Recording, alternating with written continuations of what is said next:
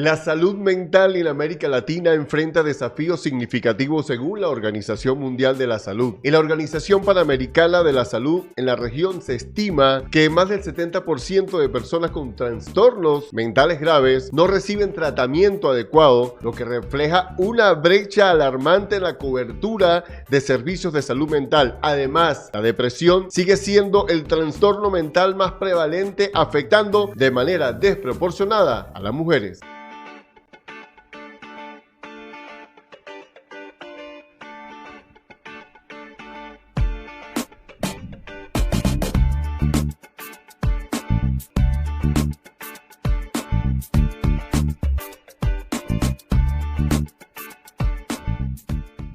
Sean bienvenidos a Un Café con Quique Voz, un tema trascendental en nuestra sociedad.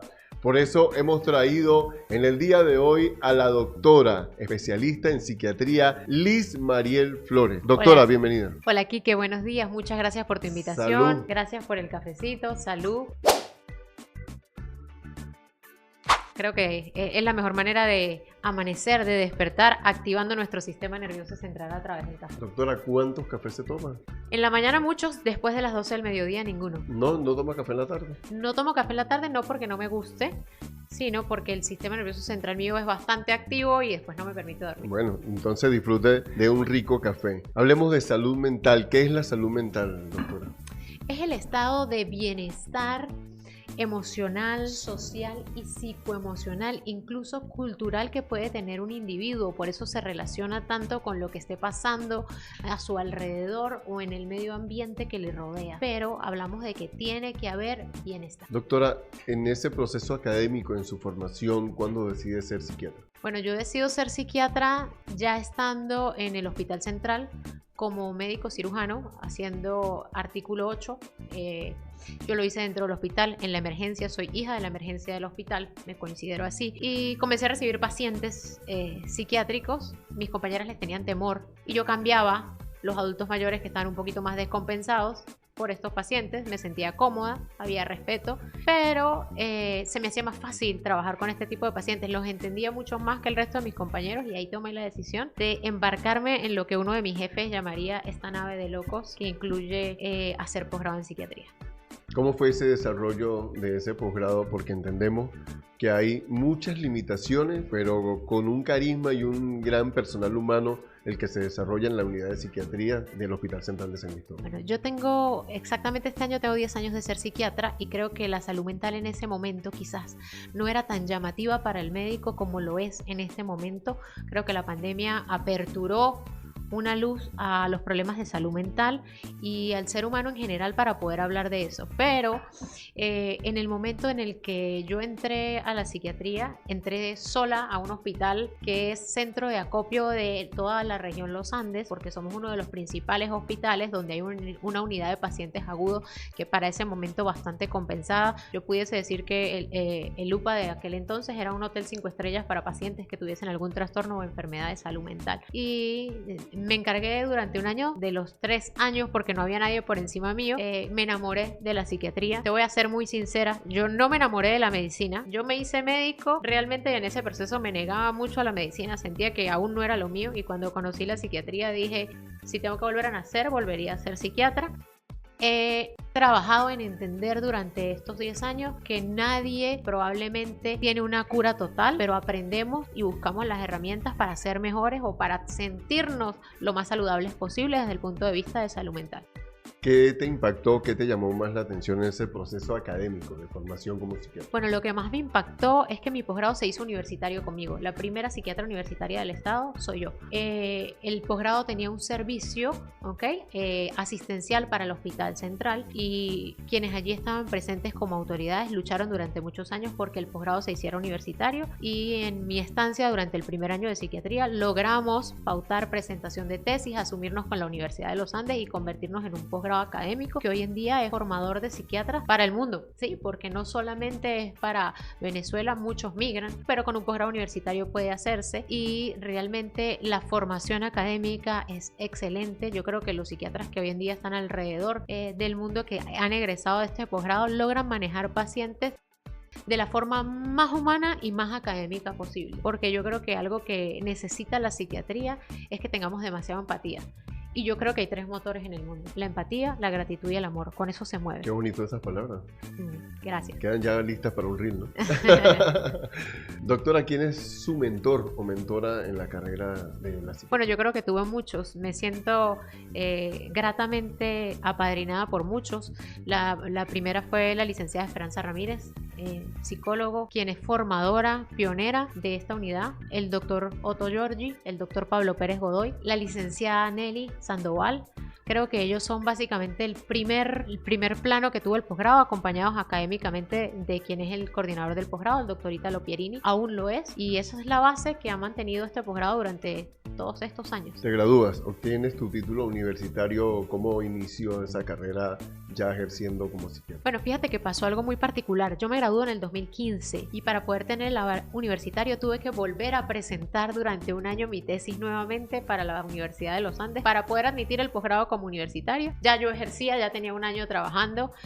Agradezco enteramente a compañeras como la doctora Naleda Regalado, la doctora Katy Duarte, que desde antes de salir de ser psiquiatra me habían ofrecido su consultorio, y yo inicié en lo que anteriormente era el Centro de Especialidades del Hotel Valle Santiago. Ese fue mi primer consultorio, y yo recuerdo que veía a un paciente al día. Sí, a veces yo tenía 2 cupos de la semana para ver pacientes, y no todo el mundo buscaba la ayuda. Muchas veces yo era quien decidía, bueno, voy a dar a honor en esta consulta. Sí, claro. Sí, claro. Y en realidad no veía nada al pasar. Hoy te puedo decir que gracias a Dios, por delante siempre de todo, mi agenda está llena. Tengo semanas con la agenda llena, y yo creo que tiene que ver con la confianza que muchos de estos pacientes han depositado en mí.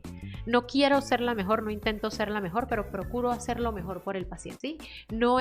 Yo no soy un psiquiatra dedocrático que tienes que tomarte esto y si no es esto no es nada, ¿ok? Buscamos poder tener el beneficio para el paciente, pero que el paciente se acople. Y creo algo fielmente: toda persona tiene que tener acceso primero a lo natural antes de lo artificial, porque fármaco es fármaco. Y hoy en día las actualizaciones en psiquiatría te hablan desde alimentación, deporte, suplementación, y luego sí pasamos a los medicamentos. Y los medicamentos tienen una escala que van desde lo más noble a lo más adictivo. ¿Qué es un psiquiatra? Bueno, es el médico especialista en salud mental, que se encarga de dar o de ayudar a las personas en su transformación dentro de su entorno psicoemocional. ¿Cuáles son los principales trastornos mentales en su práctica, en su día a día en la actualidad? Bueno, yo creo que desde que yo inicié como psiquiatra, los principales trastornos de salud mental son la depresión y el trastorno de ansiedad en sus diferentes vertientes, porque los trastornos de ansiedad son muchísimos. Yo digo que es un árbol y tiene demasiadas ramas como presentación, y por supuesto hoy en día hay algo que no me gusta mucho porque no es uno de los mejores diagnósticos, pero que es visto entre los adolescentes y adultos tempranos, que es el trastorno límite de personalidad o trastorno borderline. Esos son uno de los tales diagnósticos que hoy vemos, lamentablemente, porque yo pudiese decir que en la escala de los peores está de segundo. ¿Cómo ha evolucionado la percepción de la sociedad con respecto a la salud mental? Yo creo que se abrió una brecha inmensa a nivel mundial a raíz de la búsqueda de ayuda y de darnos cuenta con la pandemia que mucha gente no moría por la pandemia, por la enfermedad como tal, moría por el miedo a asumir. El miedo es una emoción y todos la podemos tener, pero tenemos que saber manejarla, porque si no se convierte en patología. Yo suelo decir que tenemos 3 emociones principales: es la felicidad, la tristeza y el miedo. Cuando ellas se exacerban viene la enfermedad, ¿sí? Todo por exceso o por defecto tenemos la necesidad de buscar un equilibrio, y el mundo ha buscado ese equilibrio. Yo pudiese decir que las generaciones más jóvenes, los adolescentes hoy en día, o los llamados generaciones de cristal, buscan más rápido la ayuda en salud mental que las generaciones de nosotros, porque no tienen el tabú de pensar que los psiquiatras solo vemos locos. Los psiquiatras vemos personas normales que tienen problemas emocionales o de salud mental. ¿Qué papel juega la genética en estos problemas mentales de hoy en día? Yo creo que es fundamental. Las enfermedades mentales y sobre todo emocionales son multifactoriales, y dentro de esos factores está la genética, tanto la genética como la epigenética. Entonces allí pudiese decir que es uno de los bastones o de los bastiones principales en la generación de enfermedad mental, lo que se hereda. ¿Cuáles son los avances más significativos en materia de los manejos y tratamientos de la depresión? Bueno, las actualizaciones principales que hasta ahora tenemos acá es hablar de suplementación. Más sin embargo, hoy en día se habla a nivel mundial de estimulación o bioestimulación a través de neuromoduladores. Aún en Venezuela solo hay estudios básicos en Caracas, se maneja en clínicas en Caracas. Acá San Cristóbal no ha llegado. Ojalá logremos tener ese aparato muy pronto por acá para el manejo de pacientes con depresiones recurrentes o que no actúan ante ciertos fármacos. Sin embargo, también hay avances en fármacos. Nosotros tenemos una ventajota que estamos situados en frontera y logramos conseguir medicamentos que no se han desarrollado en Venezuela porque no están estos laboratorios acá. Entonces hay más facilidad al manejo y al conseguir estos medicamentos porque sí hay avances. Incluso hoy en día estamos manejando un tratamiento actual. Mis pacientes lo traen de afuera totalmente, lo traen de Estados Unidos o lo traen de España. En Colombia ni siquiera ha llegado para el manejo de trastornos del sueño que no tienen nada que ver con benzodiazepinas o no benzodiazepinas. No es es un inductor de sueño, pero no altera la bioquímica de dependencia. Entonces, estos son medicamentos que están saliendo de años. ¿Los traen de Europa? Los traen de Europa y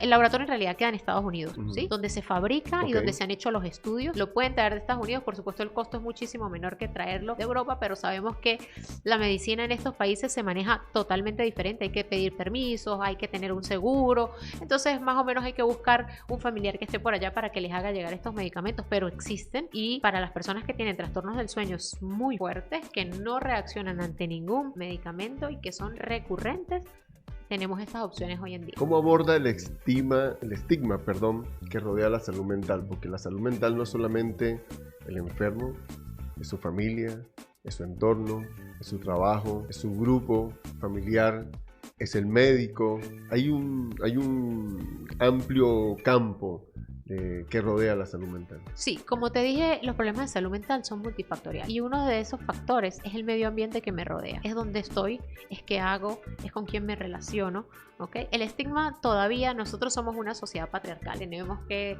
evidentemente entrar en ese tema porque al ser una sociedad patriarcal todavía seguimos muchas normas culturales y dentro de esas normas culturales está el hecho de que el psiquiatra es para los locos y no necesariamente. Vuelvo y te digo, yo cuando un paciente tiene mucha restricción con respecto a esto, le muestro la cantidad de historias que hay en mi consultorio, solamente que vea por encima la cantidad y le digo, la mayoría de personas, de todo eso que usted ve acá, solo 5 personas tienen un trastorno que yo pudiese hablar de locura. De resto todos son personas normales, así que vamos a hablar qué tiene usted, qué necesita un tratamiento. Pero no todo el mundo, la persona tiene miedo de ir a un psiquiatra porque el estigma real era el psiquiatra te da pastillas, el psiquiatra te va a volver un adicto o te va a volver un robot. Y yo creo que ese es un lema que todos deberíamos tener. No creamos adictos, no creamos robots. Tratamos personas 100% normales que necesitan una ayuda por un problema específico en cierto momento de su vida. Y yo soy partidaria, fíjate que los medicamentos para mí, para Liz, esto es muy subjetivo, ¿no? Para mí, para Liz simplemente son una ayuda, pero ayuda mucho más una conversación, sana mucho más una conversación, sana mucho más el estar allí y el seguir cambios de estilo de vida. El verdadero o la verdadera cura para un trastorno de salud mental es el cambio de estilo de vida. ¿Qué avances científicos recientes importantes en el mundo se están realizando en el campo de la psiquiatría? Bueno, como te dije muchísimo, estos estudios de neuromodulación están en España, ¿ok?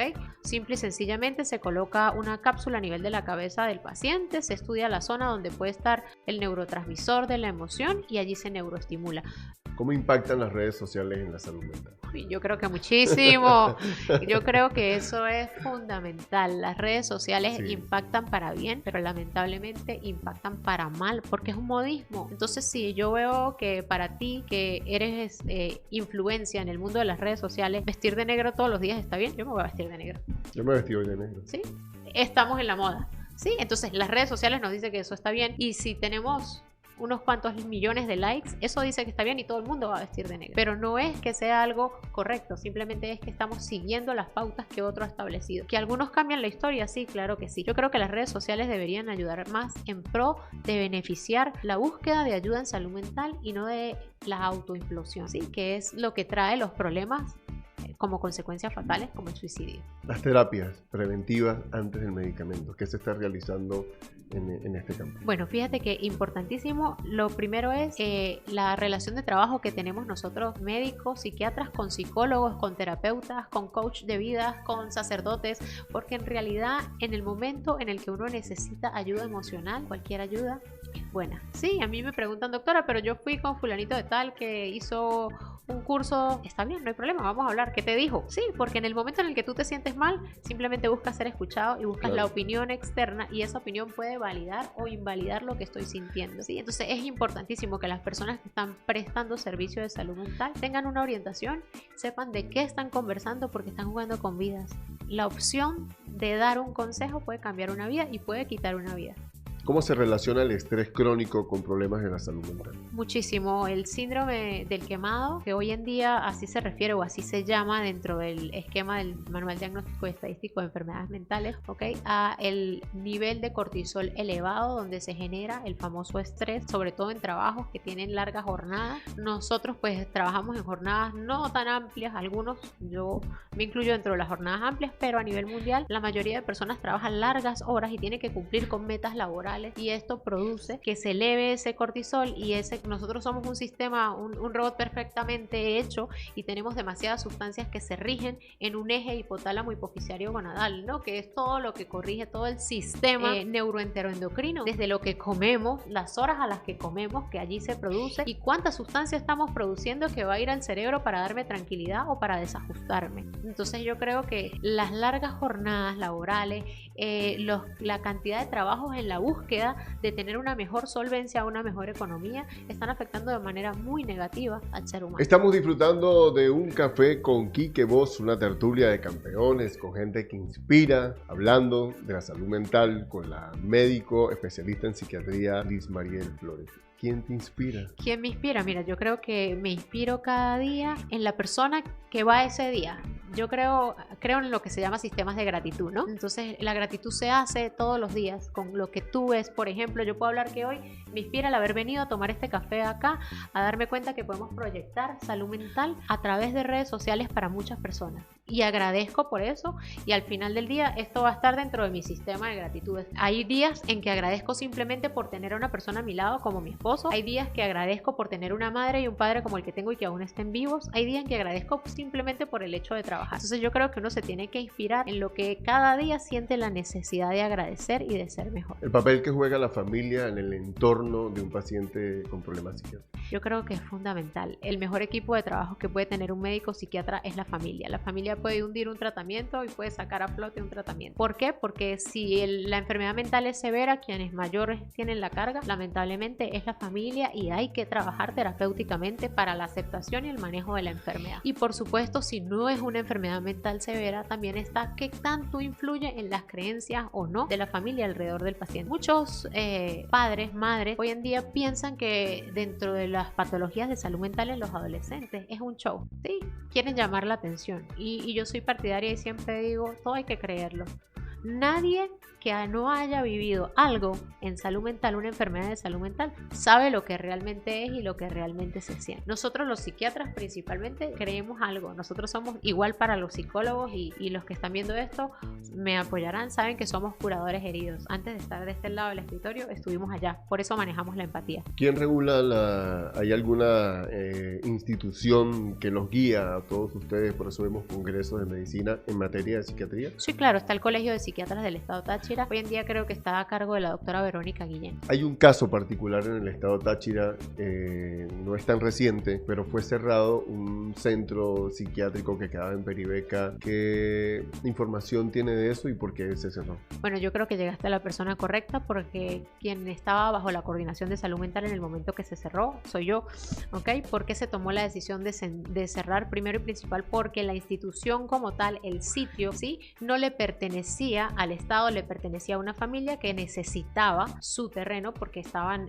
migrando en ese momento. Más sin embargo, el organismo que regulaba sí era público. Entonces había muchísimas diferencias que afectaban lamentablemente directamente a los pacientes que estaban allí. Yo voy a decir algo que va a sonar cruel, pero es la realidad. Muchísimas familias con pacientes de salud mental utilizaban al Instituto de Peribeca como centro de papelera para sus familiares que no eran capaces de tolerar en casa. Lo dejaban y los tiraban allí. mira. Así mismo, los tiraban, no hay otra imagen. Y lamentablemente en aquel momento cuando empezamos a hacer las evaluaciones de este instituto, es algo tan triste que semanalmente una persona moría por inanición. Wow. ¿Sí? Llegar y ver un cadáver entre los pacientes que lamentablemente su conciencia no les daba para saber lo que estaba pasando, pero a nosotros los que sí lo veíamos, se tomó la medida de llevar esto a nivel central, a los organismos centrales, y hay un instituto que está en el estado Zulia, en la Sierrita, así se llama, y allí sí está totalmente apto para el manejo, para las comidas,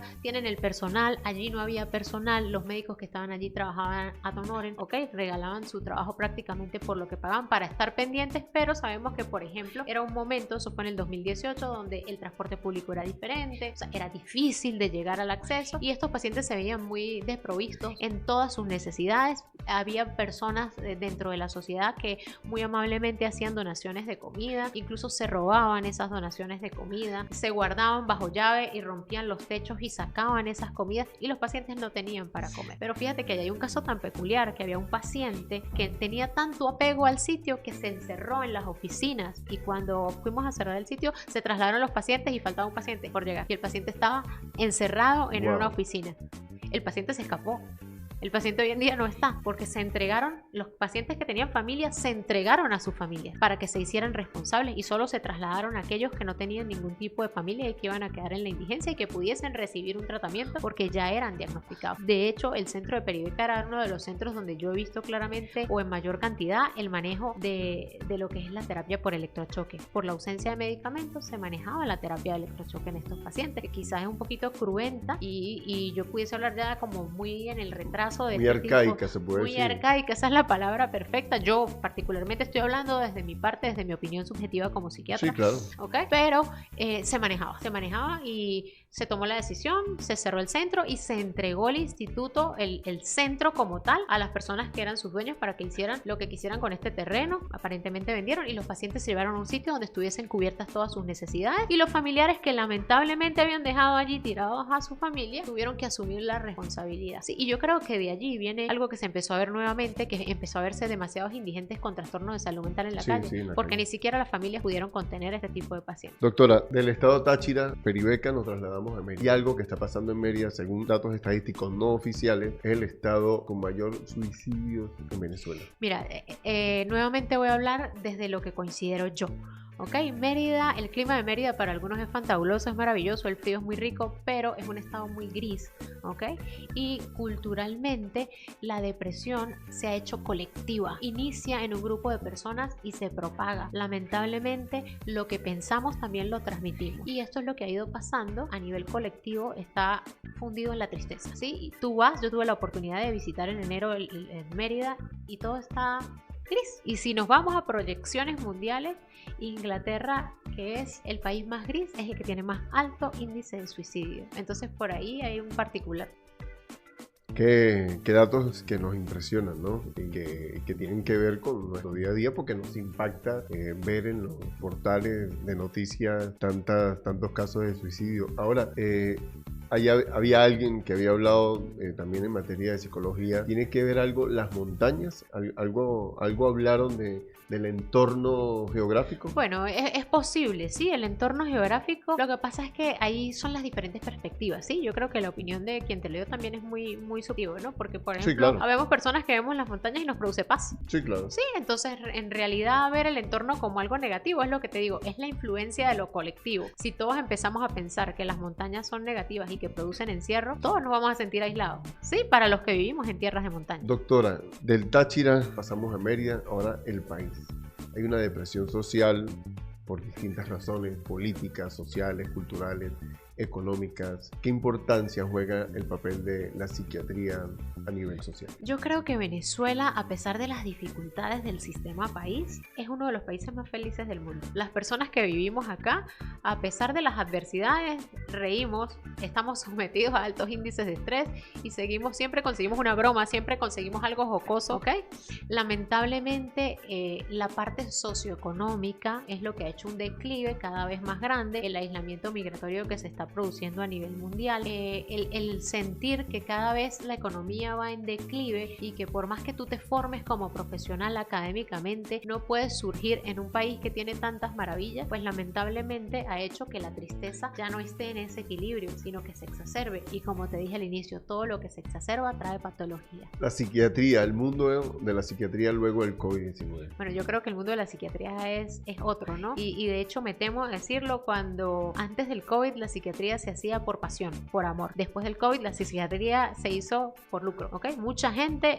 elige, la mayoría de médicos elige un posgrado como la psiquiatría, a pesar de que para mí yo te pudiese decir que es una de las cosas más difíciles, porque manejar la psique, que es la unión de mente y alma, no es nada fácil, ¿sí? Porque estamos interfiriendo con el self de cada uno. El self es el sí mismo de cada uno, lo que cada uno es y lo que cada uno va a proyectar en los miles de individuos que conozca alrededor de su vida. Pero mucha gente hoy lo ve como, bueno, voy a ser psicólogo por deporte o voy a ser psiquiatra por deporte. No es tan fácil y lo he visto, gracias a Dios, mucha gente ha iniciado formaciones académicas bastante fuertes y se han dado cuenta que no es tan fácil el manejo del paciente en salud mental y no lo podemos tomar como tan a la ligera. Yo creo que esto va mucho más allá, por lo que te decía, nosotros estamos jugando con vida. Sí, es lo mismo que hace un médico cardiólogo, es lo mismo que hace un médico internista, es lo mismo que hace un neurólogo, solamente que nosotros tocamos el alma y yo creo que eso es mucho más complicado. ¿Cómo se relaciona la alimentación con la salud mental? Bueno, yo creo que es fundamental. Tenemos que comer para vivir y no vivir para comer, y lo que comemos nos hace. Primero y principal desde el punto de vista neurobioquímico, porque tenemos un sistema, lo que te decía hace un rato, que es enteroendocrino, es decir, a nivel de intestino, de los plexos de Auerbach y Meissner, es allí donde llegan las sustancias o neurotransmisores que tienen que ver con la felicidad, con la tranquilidad y con el equilibrio, que luego van a pasar a un nivel de un eje hormonal. Entonces, si yo como harinas muy copiosas, alimentos altos en gluten, azúcar, que creo que lamentablemente hoy es una realidad que el azúcar es veneno, ¿sí?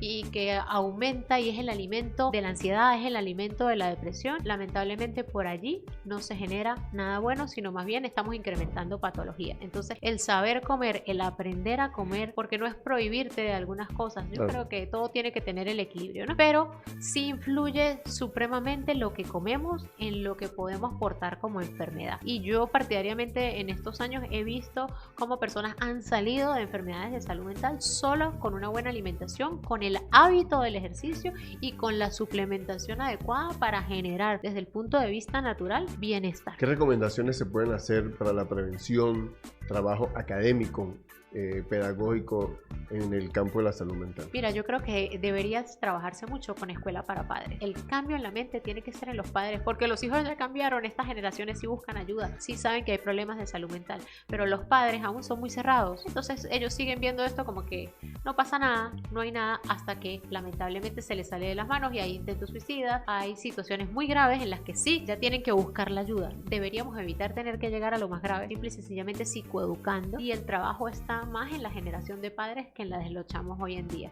Los mismos colegios deberían proyectar escuelas para padres para trabajar en este momento las patologías de salud mental en niños y adolescentes, y eso puede traer generaciones nuevas, por supuesto, con un porcentaje de sanidad o de salud mental mucho más amplio. ¿Cuáles son los últimos avances en materia del manejo de la esquizofrenia? Bueno, fíjate, el manejo de la esquizofrenia normalmente, mira, mi cara está triste porque la esquizofrenia es hablar del cáncer metastásico de la mente, ¿sí? Yo no te puedo decir que la esquizofrenia tiene cura o que la vamos a curar, porque no la hay. Entonces el manejo implica, como cuando hablamos en el cáncer, de algo de cuidado paliativo. Vamos a hablar de cuidados paliativos, vamos a hablar de prevenir o de esperar que no adelante tanto la enfermedad. Pero la esquizofrenia es degenerativa, a la larga va lamentablemente a que el paciente lo lleva a estados de decadencia que pueden llevar a la muerte, ¿sí? Entonces no hay una cura para la esquizofrenia. Trabajamos con antipsicóticos de más nueva generación para evitar los síntomas más marcados, que son las voces comentadoras del pensamiento, que conllevan a hacer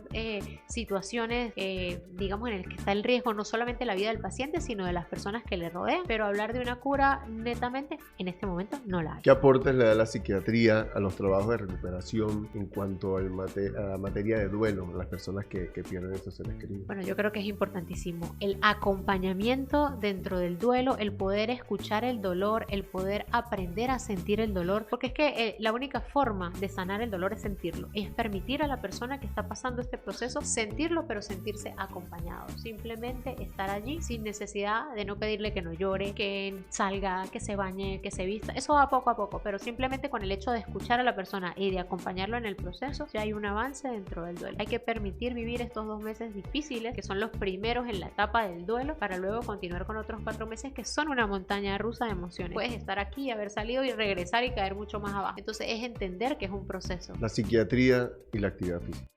Fundamental. Yo creo que el psiquiatra que no ponga en su récipe ejercicio físico mínimo 30 minutos 3 veces por semana no está haciendo nada. ¿Cuáles son los mitos? Lo que a usted les llama poderosamente la atención, lo que la gente inventa, investiga. Pasó por aquí el doctor Leonardo Ramírez, el cardiólogo, y nos decía aquí que esos son pacientes expertos, esos que viven revisando lo que dicen las redes sociales y a veces pues quieren indagar y meterse en el campo del médico. Muchísimo. Yo he tenido pacientes que me indican qué fármaco quieren que les coloque. Sí, es que yo ya sé que este es el que me cae bien. Sí, indiferentemente ellos cancelan una consulta. Vamos a jugar con este fármaco, pero yo creo que te va a caer mejor esto y hay una explicación, le damos el chance, pero te voy a decir algo. La mente es tan poderosa que muchas veces ese es el fármaco que ayuda al paciente porque ya se programó para eso. Sí. Y nosotros, como te dije, somos un robot perfectamente programable. Nuestro pensamiento manifestamos y eso se da. Dentro de un entorno familiar hay alguien que pueda decir: la vida ya no tiene sentido, no sé qué hago aquí en este mundo. ¿Qué recomendación se le puede dar a ese entorno familiar con respecto a esa persona o a ese paciente? Mira, yo creo que en todas las familias hay alguien que en algún momento piensa en el desvivir, ¿ok? O en el desvivirse, ¿sí? Y lo fundamental es estar pendiente de las conductas de aislamiento o las conductas que simplemente son diferentes a lo cotidiano en esas personas. Y por supuesto de lo que está pasando a su alrededor. Hay pérdidas que no solamente son humanas, también son pérdidas materiales que pueden ocasionar duelos muy grandes en el ser humano. ¿Okay? Pérdidas por fraude, por desastres naturales, por abusos. Hay tantas pérdidas que pueden ocurrir que a la final toda pérdida es pérdida emocional. Y es daño emocional y que pueden conllevar a que hayan situaciones de desvivir en el ser humano. Y la familia lo primero que tiene que es prestar atención y buscar la ayuda. Rompa los mitos. Los psiquiatras no vemos locos, los psicólogos no vemos locos. Vemos personas normales que normalmente buscan ayuda y que pueden salir y superar situaciones que lamentablemente tuvieron que en ese momento específico tener que pasar por allí. ¿Qué países están avanzando en materia de investigación en cuanto a salud mental en el mundo? Bueno, yo creo que ahorita España es uno de los pioneros en salud mental y Argentina a nivel de Latinoamérica, porque es el país de Latinoamérica donde hay más psicólogos y psiquiatras. De hecho, hay un hospital, un instituto completo para psiquiatría. ¿Cómo está la relación con Dios de la doctora Liz? Bueno, yo creo que yo tengo una excelente relación con Dios. Te voy a decir algo y esto es particular, ¿no? Yo no profeso ninguna religión hoy en día, aunque me formé en la religión católica y mi familia es de la religión católica. Hoy en día, a través de la psiquiatría he conocido religiones que ni yo misma sabía que existían. Yo creo que esa es una de las cosas que más me llama la atención de esto, pero cada vez tengo mejor relación con Dios, ¿sí? Yo no sé si Dios es un hombre, yo no sé si Dios es una mujer, no sé si es la figura con barba que nos han mostrado, pero sé que es un poder superior que está allí, al que me aferro y que rige mi vida. Yo soy mariana, soy devota de María, yo decidí serlo, nadie me lo introdujo, me siento protegida bajo su manto, es una creencia particular. A los países del mundo a los que he ido, yo visito templos de María porque me siento conectada espiritualmente y yo creo que la búsqueda de la espiritualidad en pro de sanar es necesaria. De hecho, tengo un hecho en común con un paciente al que he trabajado durante muchos años, que él llegó a mi consulta siendo ateo. Yo sé que cuando él vea este video va a saber qué es él. Y él decía, no, es que yo no creo en un Dios. Y yo le dije, tienes que creer, si no crees no vas a sanar. Y después de muchos años en trabajo me dijo, tenías razón, ya no soy ateo. Gracias a ti no soy ateo, yo no fue gracias a mí, fue ese poder superior. Sí, ese poder superior se encarga a través de hechos de vida de mostrarte que sí existe y que tenemos que aferrarnos a eso. Yo le llamo Dios, tú le puedes llamar destino, le puedes llamar universo, no hay ningún problema, pero existe ese poder superior. ¿Qué es la fe? La fe es creer a ciegas, simple y sencillamente a sabiendas de que eso va a suceder, aunque todo se oponga para que suceda. ¿Qué papel juega la motivación? Yo creo que es fundamental y todos somos motivadores hoy en día unos de otros. ¿Cuáles son los proyectos de la doctora Liz para este año 2025? Bueno, mis proyectos lamentablemente son bien particulares porque no sé si me voy a quedar en Venezuela. Me encanta mi trabajo acá, pero he pensado muchas veces, como muchos venezolanos por la situación, en migrar y en trabajar netamente a través de telemedicina. Ese es un proyecto que está, no es un hecho aún, pero está en las puertas. La telemedicina y la psiquiatría.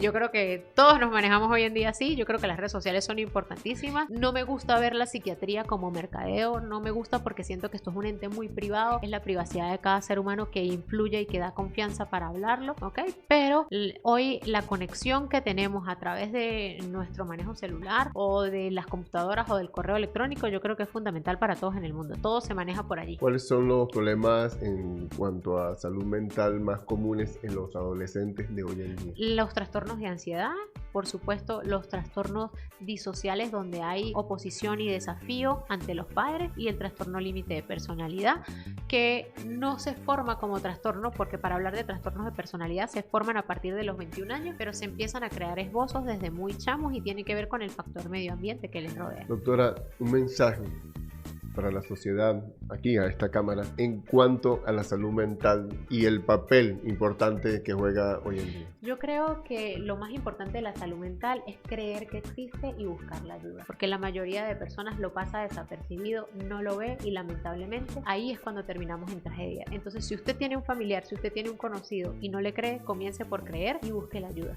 Muchísimas gracias. A ustedes.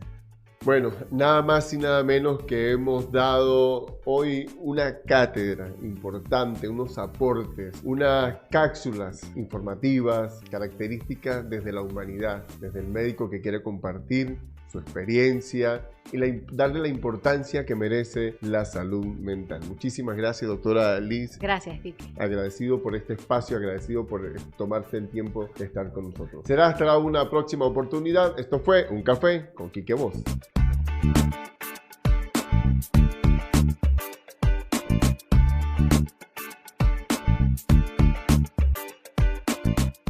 Un Café con Quique Voz. Tertulia de campeones con gente que inspira. Fue una presentación a nombre de Su Fruta sabe diferente. Avenida Principal de Las Pilas. Panadería Concord Express en el Centro Comercial La O. Clínica San Sebastián. Seriedad y responsabilidad al servicio de tu salud. DigiPrint. Pura inspiración. Restaurante El Paso, descubre el sabor del desayuno andino, Octava Avenida de la Concordia. Bodegón de Rey, calidad y buenos precios.